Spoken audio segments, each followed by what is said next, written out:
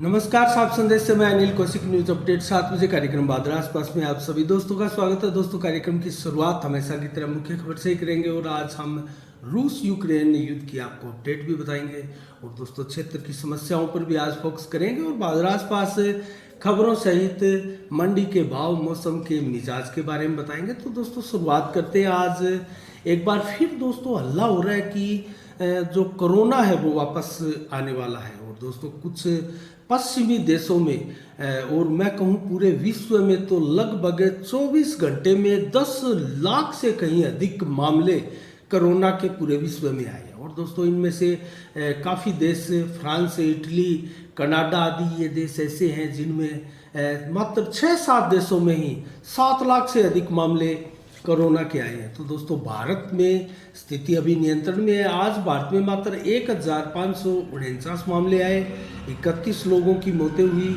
और सक्रिय मामले जो बचे हैं यहाँ पर मात्र 25,106 सक्रिय मामले बचे हैं। और वैक्सीनेशन की अगर बात करें तो 1,81,24,00,000 और 97,303 लोगों को वैक्सीनेट किया जा चुका है। तो दोस्तों अब अगर चौथी लहर भारत में आती भी है तो उसका असर इतना व्यापक नहीं होगा, मौतों का सिलसिला इस प्रकार नहीं होगा और भयानकता जो है लहर की वो यहाँ नहीं देखी जाएगी, इसमें कतई संदेह नहीं है। विशेषज्ञों द्वारा ये बार बार बताया भी जा रहा है। तो कुल मिला के आप जिस किसी ने भी अभी तक वैक्सीन नहीं लगाया वो कृपया वैक्सीनेशन सेंटर जाकर वैक्सीन जरूर लगाए। तो दोस्तों अन्य खबरों की ओर रुख करें तो आज 21 मार्च को क्या विशेष दिवस है।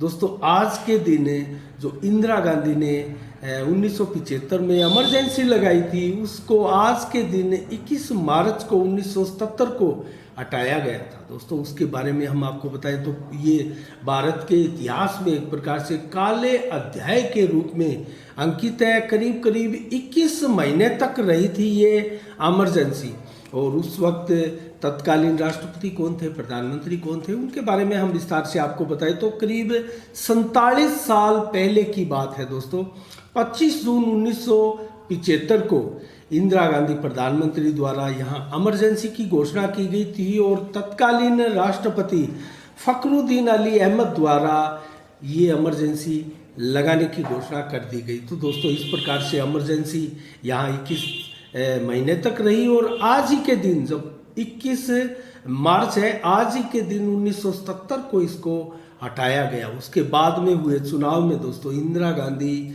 चुनाव हार चुकी थी। दोस्तों ये एक प्रकार से जनता के ऊपर ज्यादती जैसा समय था 21 माह का और लोग अपने घरों से बाहर खेतों में, जंगलों में छुपकर जो है वो अपने आप को उन्होंने बचाया था। तो कुल मिला के इस दिन को काले दिवस के रूप में भी भारत में मनाया जाता है। तो कुल मिला के आज 21 मार्च को 1954 को फिल्म फेयर अवार्ड की भी शुरुआत की गई थी दोस्तों। और इसके अलावा हम आपको नोर से मंडी के भाव और मौसम का मिजाज भी बताएंगे। इसके अलावा दोस्तों क्या विशेष खबरें हैं इसका जिक्र करें तो सालासर के जो तोरण द्वार दोस्तों किसी भी शहर कस्बे के बाहर सड़क के किनारे जो स्वागत का बोर्ड लगा होता है, द्वार बना होता है, उसको तोरण द्वार कहते हैं। और तोरण द्वार पर श्री राम का दरबार, भव्य दरबार उसके ऊपर लगा था, उसको दोस्तों अचानक कांग्रेस सरकार के अधिकारियों द्वारा गिरा दिया गया और कुल मिला के एक हिंदू धर्म की भावनाओं को ठेस पहुंचाने वाला कार्य ये किया गया क्योंकि इसका एक वीडियो वायरल हुआ और दोस्तों बहुत तेजी के साथ ये वीडियो राजस्थान में वायरल हो रहा है जिसमें राजस्थान सरकार की आलोचना सभी जगह से की जा रही है और पूरे देश में ये वीडियो वायरल हो रहा है। और दोस्तों भारत के राजस्थान के पूर्व मुख्यमंत्री वसुंधरा राजे सहित भाजपा के प्रदेशाध्यक्ष सतीश पूनिया सहित पूरे भाजपा के नेताओं द्वारा भी और सभी शहरों में जिला स्तर पर प्रदर्शन किए जा रहे हैं, ज्ञापन दिए जा रहे हैं और तत्कालीन प्रभाव से सरकार द्वारा माफी मांगने की मांग भी की जा रही है। तो कुल मिला के बादरा में भी दोस्तों इस तरह का एक ज्ञापन दिया गया पार्षद हरिप्रकाश शर्मा द्वारा और मांग की गई कि इन सभी अधिकारियों को बर्खास्त किया जाए और तत्कालीन प्रभाव से जो है सरकार भी माफ़ी मांगे। तो कुल मिला के दोस्तों ये मामला गरमाया हुआ है और कहीं ना कहीं इसमें धर्म को एक विशेष समुदाय के लोगों को आहत पहुंचाने वाला ये कार्य माना जा रहा है। इसके अलावा दोस्तों साऊवाला की श्री राम सामाजिक संस्था के प्रयासों से, अथक प्रयासों से नंदी चौक, खागड़ चौक के नाम से यहाँ जो एक चौक का निर्माण किया गया और इसका उद्घाटन कल विधिवत रूप से किया गया साऊवाला गांव में। और दोस्तों इसमें जो लागत आई है वो सभी चंदा से बनाई गई है। और दोस्तों स्टील की ग्रिल जो इसके बाहर लगी है वो मांगेराम सुथार जो जयपुर निवासी हैं साऊवाला के, उनके द्वारा दी गई। और सरपंच विनोद मेरिया इसके उद्घाटन समारोह में महेंद्र सिंह छिंपा, बलवीर सिंह छिंपा, प्रेम मेरिया, राकेश मेरिया, ताराचंद सुथार के अलावा लीलू राम मेरिया, ओम मेरिया, विनोद पटगढ़ द्वारा संयुक्त रूप से किया गया। दोस्तों अनेकों इस अवसर पर ग्रामीण जन भी उपस्थित रहे और इस अवसर पर बताया गया वक्ताओं द्वारा कि आने वाले समय में गांव का चौक सहित पूरे गांव की सुंदरता को लेकर भी प्रयास जो है वो तेजी के साथ किए जा रहे हैं। इसके अलावा दोस्तों अन्य खबरों की ओर रुख करें तो आज रामगढ़ में बड़ी संख्या में किसान एकत्रित हुए दोस्तों, और किसानों ने प्रदर्शन किया, मुख्यमंत्री के नाम ज्ञापन दिया। और ज्ञापन में दोस्तों 7 सूत्री मांगों को लेकर जो है एक मांग पत्र था वो दिया गया, और उसमें जो क्या क्या मांगे हैं वो उसके बारे में हम आपको बताएंगे। कृषि बीमा क्लेम दिलाने की मांग दोस्तों किसानों द्वारा की गई है। और हम आपको बताएं तो दोस्तों कृषि बीमा क्लेम अब पूरे जिले में कितना बकाया है, भादरा, नौर भादरा आदि क्षेत्र में कितना बकाया है, लगातार इसको लेकर किसानों का भी प्रदर्शन होता है। और इसके अलावा अनेकों ग्रामीण भी अलग अलग भी इसका प्रदर्शन करते रहे हैं। तो दोस्तों हनुमानगढ़ जिले में अभी तक 350 करोड़ का फसली बीमा क्लेम बकाया है दोस्तों। और अगर नौर भादरा का जिक्र करें तो 250 करोड़ का इसमें नौर भादरा का है, जबकि 100 करोड़ का शेष जिले का है। तो नौर भादरा में काफ़ी बड़ी संख्या में ये फसली बीमा क्लेम बकाया है। और दोस्तों किस किस मैं आपको मांग बताऊं तो 7 सूत्री मांग किसानों की कौन कौन सी है। 2019-20 और 2020-21 के लिए और 2021-22 का जो फसल बीमा क्लेम है वो अविलंब किसानों के खाते में जो है डाला जाए, ये मांग है किसानों की। और पोर्टल मिसमैच पॉलिसी का बकाया क्लेम भी दिलाने की मांग किसानों द्वारा बार बार की जा रही है। और क्रॉप कटिंग के तौर तरीके को पारदर्शी बनाने की बात भी किसानों द्वारा की गई है। और 24 घंटे में इसके आंकड़े जो है वो सार्वजनिक करने की मांग किसानों द्वारा की गई है।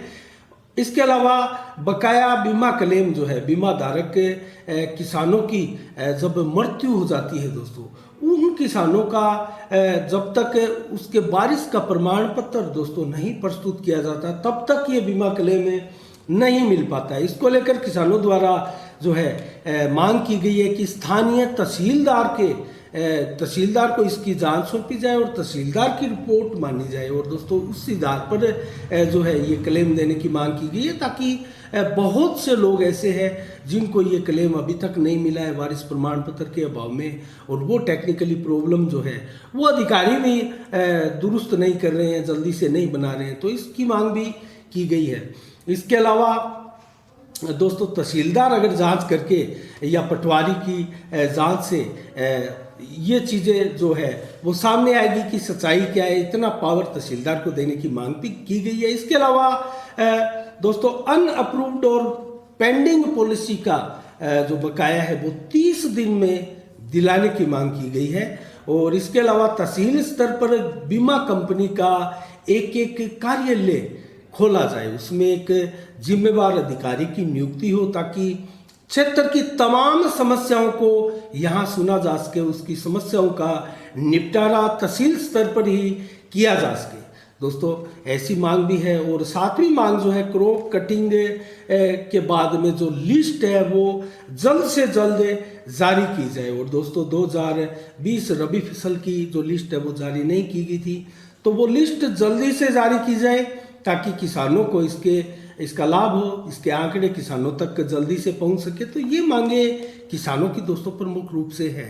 और क्षेत्र की हम अन्य बात करें तो दोस्तों भादरा में जो सीवरेज कंपनी है उसके कनेक्शन लगातार जारी है। और आज भी दोस्तों लीकेज पानी का सिलसिला भादरा कस्बे में जलदाय विभाग के पाइपों में लगातार अनवरत जारी है। और अभी भी रह रहकर बहुत से वार्डों में पानी जो है वो दूषित पानी और मटमैला पानी आने की शिकायतें लोगों द्वारा की जा रही है। तो इसका निराकरण आखिर कब होगा? ठीक है, जिन वार्डों में अभी तक सीवरेज के कनेक्शन कर दिए गए, लगभग 5 वार्डों में, उन वार्डों से शिकायत वापस नहीं आई, ये हमारे लिए बहुत अच्छी बात है। लेकिन दोस्तों अभी भी पानी जो है मटमैला और अजीब सी स्मेल वाला पानी आ रहा है।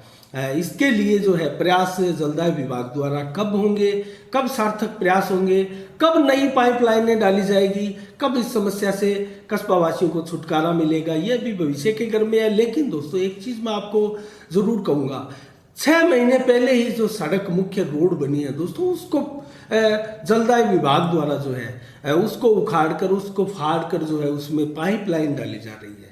तो ये सिलसिला लगातार अनवरत जारी है। आज जो सड़क बनेगी उसको 1 महीने बाद में फिर तोड़ा जाएगा और तोड़ के पाइपलाइनें डाली जाएगी। ये एक प्रकार से दर्शाता है कि जलदाय विभाग और नगर पालिका के बीच में किसी भी प्रकार का सामंजस्य नहीं है दोस्तों, और सामंजस्य के अभाव में भादरा कस्बा के लोग हैं, वासी हैं, वो दोस्तों मटमैला बदबूदार पानी पीने को मजबूर है।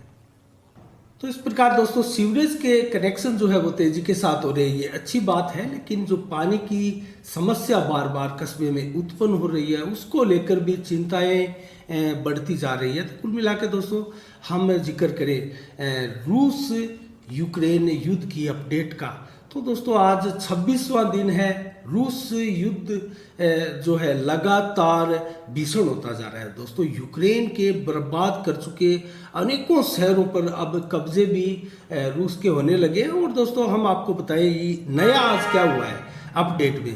तो दोस्तों रूस ने अपने परमाणु वैज्ञानिकों के जो प्लांटों में काम करते हैं उन अधिकारियों को निर्देश दिए हैं परमाणु ड्रिल करने के लिए, और तैयार रहने के निर्देश दे दिए हैं। क्योंकि आगामी दिनों में जब युद्ध की विभीषिका बढ़ेगी और नाटो देश इसमें शामिल होने की जैसी संभावनाएं हैं, जैसा अमेरिका द्वारा प्रयास किया जा रहा है, तो दोस्तों रूस अब परमाणु युद्ध की ओर अग्रसर हो चला है। और साफ साफ धमकियां भी रूस द्वारा दी जाने लगी है कि किसी प्रकार से यूक्रेन को अगर सैन्य सहायताएं दी गई तो ये सिर्फ सीधा का सीधा रूस के साथ ही युद्ध समझा जाएगा। तो कुल मिला के इससे दुनिया भयभीत हो चली है। और दोस्तों सुमी शहर के एक केमिकल प्लांट पर जब बमबारी की गई तो उसमें दोस्तों केमिकल का रिसाव होना शुरू हो चुका था, और लगभग 5 किलोमीटर एरिया में अमोनिया गैस का रिसाव हुआ, जिस पर काफ़ी समय के बाद में काबू पा लिया गया। तो कुल मिला के दोस्तों हम बड़ी संख्या में शहरों पर कब्जे का सिलसिला अभी तक जारी है। और दोस्तों जो हाइपरसोनिक मिसाइलें हैं उनका भी आज भी उनको छोड़ा गया। और मैं आपको बताऊं तो जिरकॉन मिसाइल लॉन्च की गई है। ये जिरकॉन मिसाइल क्या होती है इसके बारे में मैं ज़रूर आपको बताऊंगा। ये 40 किलो न्यूक्लियर हेड भी ले जा सकती है और ये काफ़ी घातक सिद्ध हो सकती है, और परमाणु हमला करने में ये सक्षम है। 1000 किलोमीटर तक जाकर ये मार कर सकती है और 28 किलोमीटर की ऊंचाई तक ये उड़कर प्रहार कर सकती है। और इसकी खासियत ये कि ये किसी भी राडार सिस्टम में नहीं आती है। जो किसी प्रकार का जो डिफेंस सुरक्षा सिस्टम होता है उसमें ये उसकी पकड़ में ये नहीं आती है। तो इसका उपयोग अब रूस करने लगा है। तो कुल मिला के दुनिया की चिंताएं लगातार बढ़ती जा रही है। और हमारे पड़ोसी देश पाकिस्तान में भी संकट के बादल छाए हुए हैं। इमरान खान सरकार के 24 सांसद जो है वो विपक्षी पार्टियों के साथ मिल चुके हैं और तख्ता पलट के बेहद नज़दीक है। सेना ने भी इशारा कर दिया है जो इमरान खान की सरकार है उसको कि आप इस्तीफा सौंप दो। तो कुल मिला के पाकिस्तान में एक तख्ता पलट का सिलसिला एक बार पुनः पाकिस्तान का इतिहास लिखा जा रहा है, दोहराया जा रहा है। तो ये पाकिस्तान में कभी भी हो सकता है। अब कुछ ही समय बाद में पाकिस्तान की सरकार ये जा सकती है और वहाँ पर सैन्य शासन दोबारा लग सकता है। तो कुल मिला के दोस्तों आज के समाचारों में इतना ही। हम जल्दी से आपको मंडियों के भाव, मौसम के मिजाज के बारे में बताएंगे। बादरा से शुरुआत करते हैं दोस्तों। मंडी के भाव सरसों के भाव या 5963 रुपये आज बोली प्रारंभ हुई, 6101 रुपये तक चली, जबकि 6032 रुपये औसत भाव रहे सरसों के। ग्वार के भाव 5660 रुपये से बोली प्रारंभ हुई, जबकि 5700 रुपये तक बोली चली और 5680 रुपये औसत भाव बादरा में रहे। और नौर मंडी में सरसों दोस्तों 7101 रुपये रही, जबकि ग्वार के भाव 5946 और मोट के भाव 5975, गेहूं के भाव 2100, जबकि जौ के भाव 2400 रुपये प्रति क्विंटल रहे। आदमपुर मंडी में नरमा दोस्तों 9501, ग्वार के भाव 5861, जबकि सरसा मंडी में नरमा 9831, फतेहाबाद मंडी में नरमा 9550 और कपास के भाव 7700 रुपये रहे, जबकि एलनाबाद मंडी में नरमा 9855 रुपये और संगरिया मंडी में नरमा दोस्तों 10,171 रुपये के भाव रहे, जबकि ग्वार के भाव 5796 और हनुमानगढ़ मंडी में नरमे के भाव 10,286 रुपये प्रति क्विंटल रहे। गंगानगर मंडी में 10,375 के भाव नरमे के रहे, जबकि बरवाड़ा मंडी में 9653, कपास के भाव 7721 और नरवाना मंडी में नरमा के भाव 9480 रहे।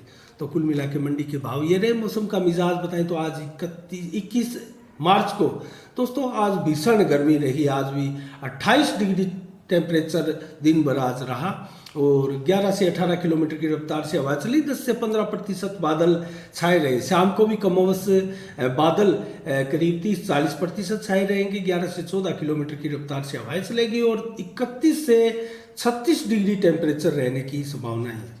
कुल मिला के मौसम साफ रहेगा।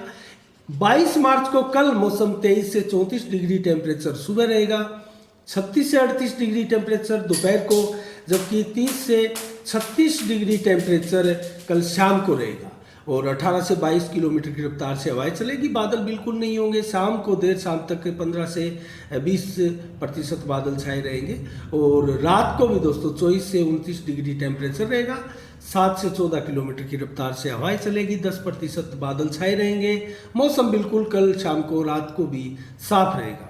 तो आज के शाम के समाचार 7 बजे के इतना ही दोस्तों। कल ठीक शाम 7 बजे फिर आपसे रूबरू होंगे नए समाचारों के साथ, नई समीक्षा के साथ। तब तक के लिए आप अपना बहुत बहुत ख्याल रखिएगा। मुझे दीजिएगा इजाजत। साफ संदेश से मैं अनिल कौशिक। नमस्कार। जय भारत, जय जय राजस्थान।